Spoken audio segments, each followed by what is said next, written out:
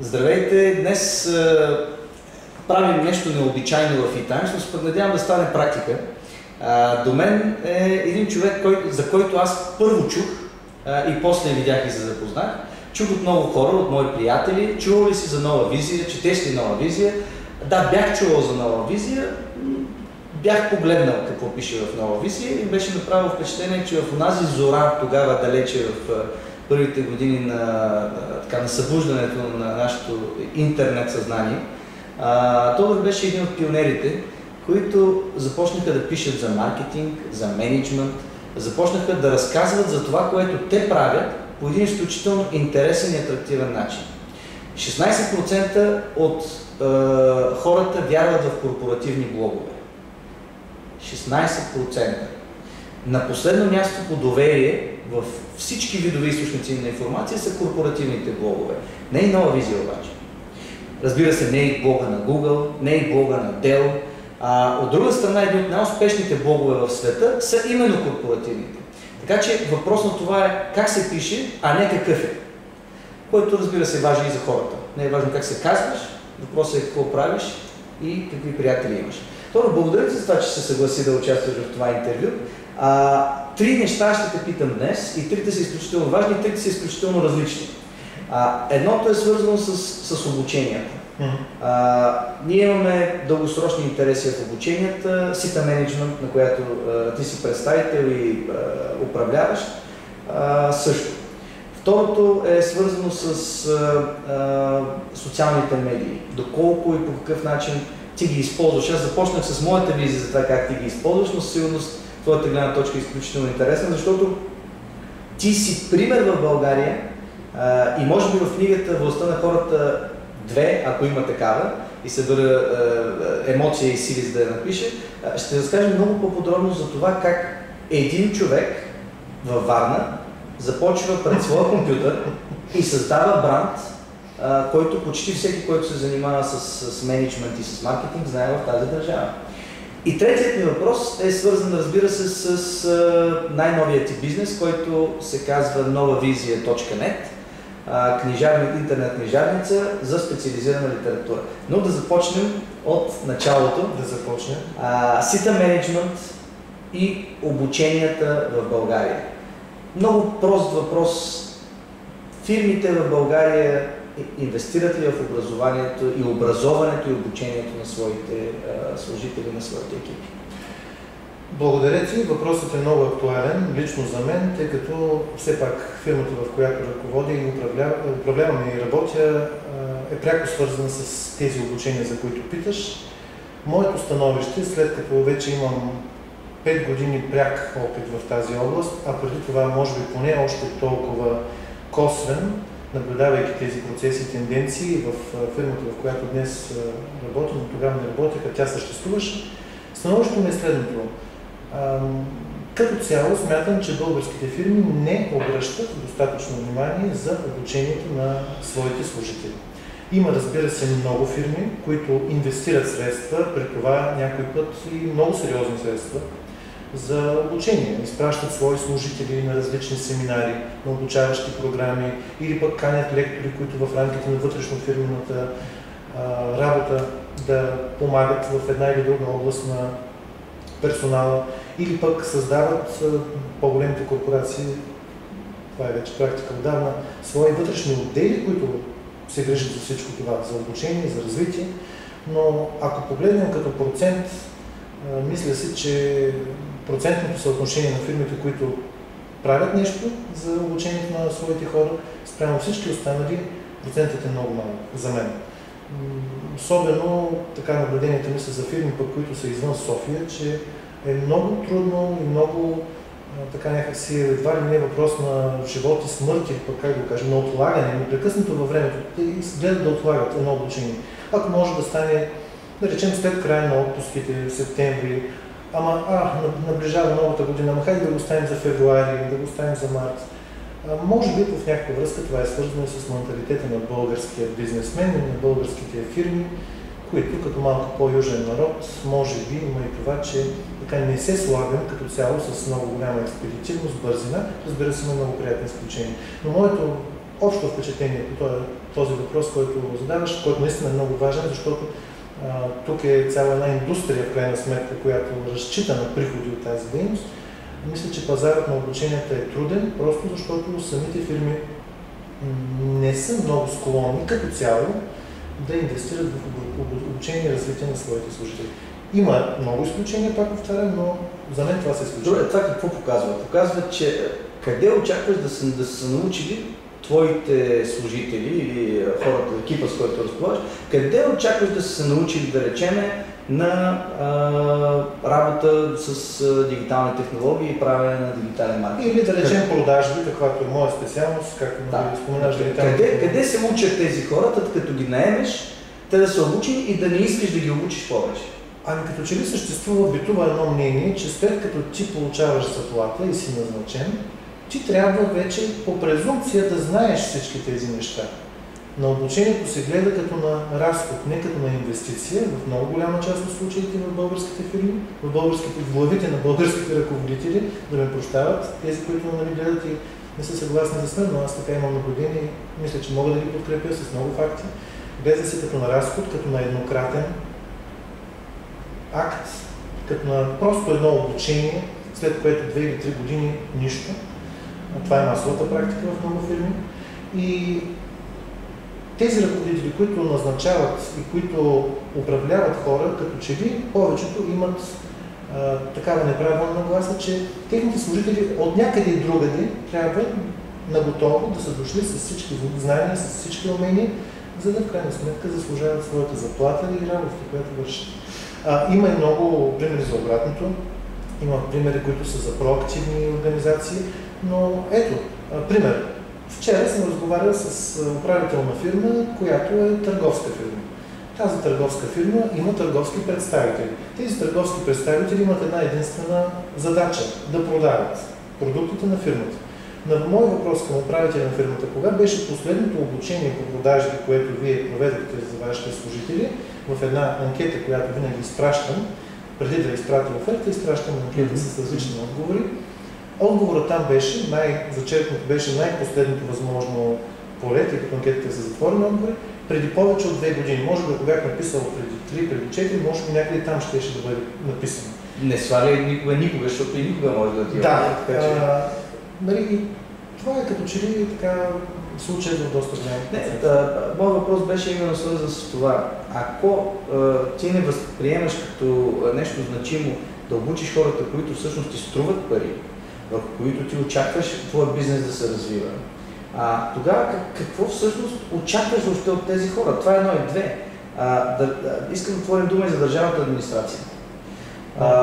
Абсурдните програми, които в момента, така наречени квалификация и развитие на човешките ресурси, оперативна програма, не знам си какво, в които 1 час обучение струва 1 лев. Кой точно лектор говори за 1 лев пред 10 човека, значи 10 лева на час? Веднага пример, преди няколко месеца бях потърсен от една козметична фирма, която продава козметика на територията на цялата страна. Когато започнахме да разговаряме в по-големи детайли за едно евентуално мое участие в обучението и продажби на техния персонал, а по една случайност съм работил точно в козметична фирма в миналото, бях на ръководна длъжност там и член на борд на директорите на тази фирма, и хората искаха да ме привлекат за няколко дни. Разценките, по които започнаха да смятат, отново по финансирана програма за обучение и развитие на персонал, на човешки ресурси, бяха толкова смешни, че след като си платя хотела и престоя, може би трябваше да отделя някъде около 25 дни престой на място в тази фирма, плюс не знам още колко дни или седмици или месеци за подготовка, защото все пак това е едно специализирано вътрешно фирмено обучение, срещу някаква сума, която в рамките на, може би, 400 или 500 лева би ми останала. Или аз да отделя 2 месеца грубо от моята работа, да забравя за всичко останало и ми казват, нямаме бюджет за повече. Програмата позволява това. Аз казвам, хора, това е една минимална работна заплата. Вие каните лектор за една минимална работна заплата, от когото очаквате да учи вашите търговски представители как да направят няколко милиона оборот. Много повече, Не се връзват нещата. И така и нищо не се получи, разбира се. За съжаление, в реалността, в която живеем, като че ли тези въпроси ще останат по-скоро риторични, защото ние двамата с теб знаем отговорите. но със сигурност държавната администрация в почти всички европейски държави е един от основните двигатели на образователната индустрия, защото как да направиш реклама на България в интернет, като ти нямаш един подготвен човек, който да знае какво, някой дори няма профили да речем в имейла си, мисля, че име е в родния град в Тълбухин там или в Добрич, ще да се проверят имейла, например. Има и такива случаи, аз не се шегувам. Така че общо взето трябва да се върна вкъщи, за да се провери имейла. И всичко това ни се случва в нашата роля и ние се чудиме защо онези активни, онези хора, които виждат смисъл, идват, дали ние ги обучаваме или университет и после тръгват, защото не могат да реализират това, което са научили. Така, но тъй като темата е много обширна и ние може да си говорим с теб много за нея, нека да преминем към втората част. Как така Sita Management стана нова визия? Sita Management не е станала нова визия. Да, значи NovaVizia.com е нашият блог, Sita Management Consult е фирмата, за която работим, от юридическата форма. Това са две доста близки неща, но доста и различни все пак. Тук може би подтекста на въпроса е как така се появи нова визия и се свърза към Sita Management, нали? Ами това стана, когато аз напуснах моята работа като наемен служител, реших да се посветя на обученията по продажби най-вече и на още няколко теми, свързани с менеджерската компетентност, работата в екип. Все предизвикателни теми, за да мога да открия клиенти за тези обучения. Аз имах нужда и колегите ми, тъй като сме един малък екип, от популярност. В тези години, преди 5-6 години, 2005 година, тази популярност можеше да бъде постигната в това тясно професионално поприще, общо взето като че ли единствено чрез реклама или публикация, може би от списание Менеджер. Аз не си спомням за друг авторитетен и популярен източник, откъдето нали, твои потенциални клиенти биха могли да разберат за теб и оттам да проявят интерес към това, което предлагаш, да се свържат и да започне някаква комуникация. Ето защо реших да направя опит, без да разбирам абсолютно нищо. Аз не съм с техническо образование, не съм учил никога нещо свързано с сайтове, блогове, не съм завършил МЕИ, където се учат обикновено компютърни техники, технологии, нито пък в някакъв друг университет съм учил това, но реших да започна лека по лека да създавам наш сайт, в който целта в никой случай не е да рекламираме нашите продукти, напротив, и никога не е била, и не е в момента, а просто да публикувам ежедневно, на ежедневна основа, заедно с колегите, от които съм много активно подпомаган, статии и материали, свързани с темите, които ни вълнуват професионално. Това е. Преценихме, че това може да е най-правилният начин от една страна да влезем в контакт с потенциални клиенти и от друга страна, не по-малко важно, да задоволяваме една наша собствена потребност от самоизява, която нямаше начин да се задоволим по някакъв друг начин в тогава съществуващите медии. Защото, примерно, когато отидеш в списание Менеджер, за което споменах, преди 5 години, не знам как са в момента нещата, те дори не искаха да напишат под статията, която иначе са склонни да публикуват без да ти заплащат, не искат да напишат твоята фирма, само името си. Нещо, което е в разрез с моите схващания и аз съм радостен, че така започнах. Въпрос на политика, на да, но това просто няма как да ни помага за нас, нашите цели. И от тогава вече 5 години на въпросите Sita Management от едната страна с платените обучения, NovaVizia.com от другата страна с безплатните статии, много по-често с безплатните статии, отколкото с платените обучения. Ако погледнем, нали, везната не е никак балансирана, но може би това е просто нещо, което всеки един човек, който има свой блог, в който споделя информация безплатно, трябва да е наясно и да го приеме. Защото в никой случай написването на една статия или 30 статии в рамките на месеца не означава, че ти ще имаш 1 или 30 клиента този месец. И тук не бива да се търси някаква такава правила пропорционална. Докъде ще развиеш нова визия? Кои нови територии ще покриваш? Как си представяш нова визия утре? Наскоро си мислех за това, четейки някои окрупнявания в интернет бранша в България напоследък, което, например, сега предполагам, не е проблем да споменаваме имена, да разбира се, това пише инвестори купуват имоти.net, след един ден чуваме, че купуват и придобиват Аз жената и други сайтове, Аз медия, да.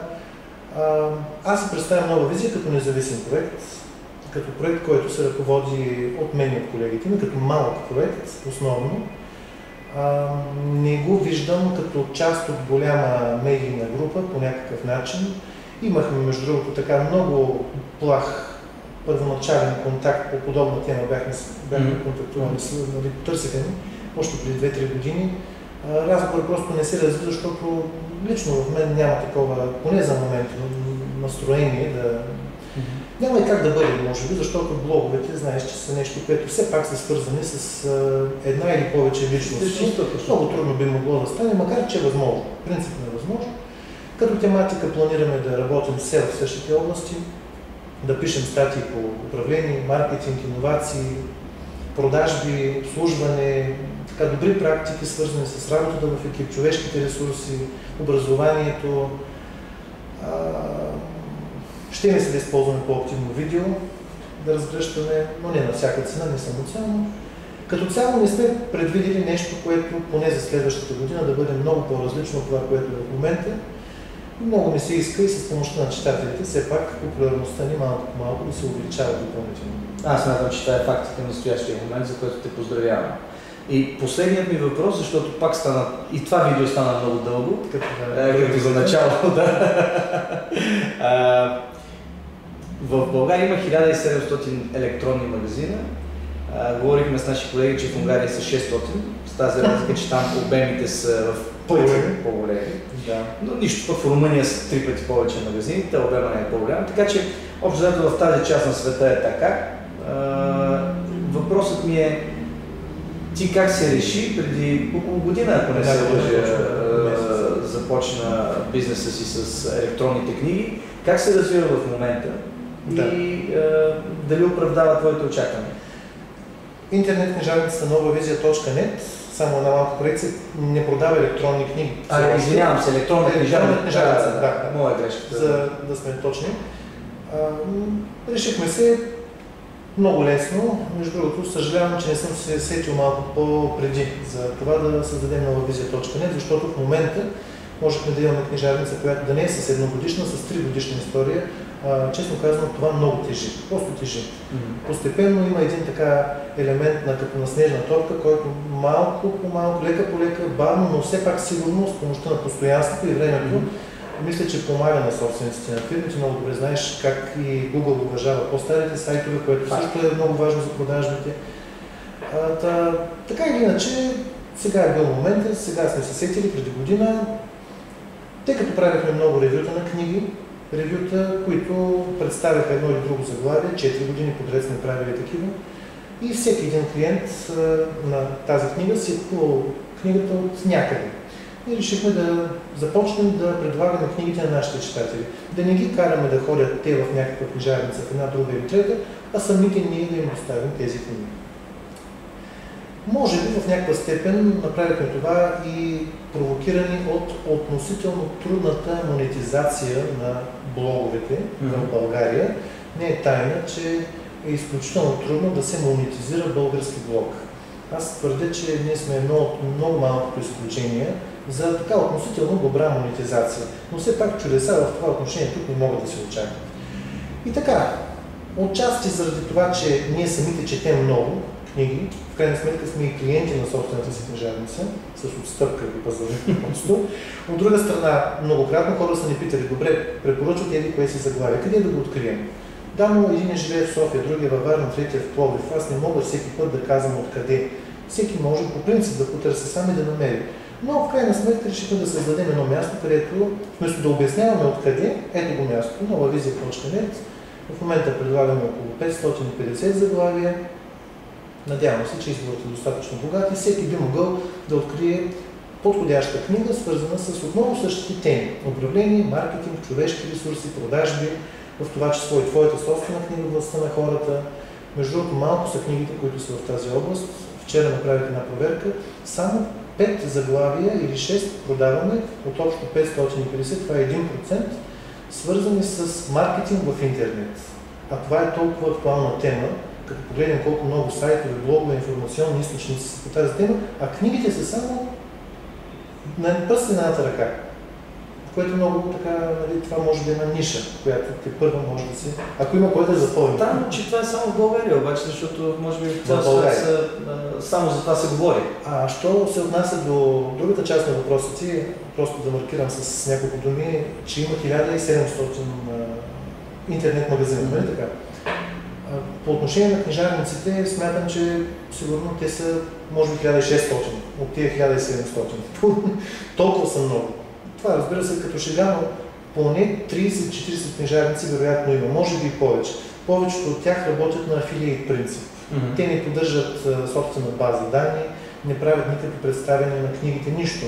Просто вземат готова база, слагате в своя сайт, ето ти книжарница. Аз мога да направя на този принцип днес 10 книжарници, 20. Може би затова е толкова голям броя, но въпросът е, важното е какво стои за тези книжарници, за тези магазини, каква е стойността, която те дават на потребителите, с какво са по-полезни от всички останали 1699. Тук вече, нали, вече опират нещата, моментът на истината и до финансовите резултати, защото без да разполагам с точни данни, просто така, по вътрешна интуиция, по нюх, по някакъв опит и вътрешно чувство, струва ми се, че от тези 1700 интернет магазина едва ли са повече от 10% тези, които реално печелят някакви пари. Говоря за пари, които да позволяват разходите да се избият за книжарниците или за магазините, персонал да получи съответно възнаграждение и да има някакво развитие. Те, ако не получават пари, за това ще се затворят, нали?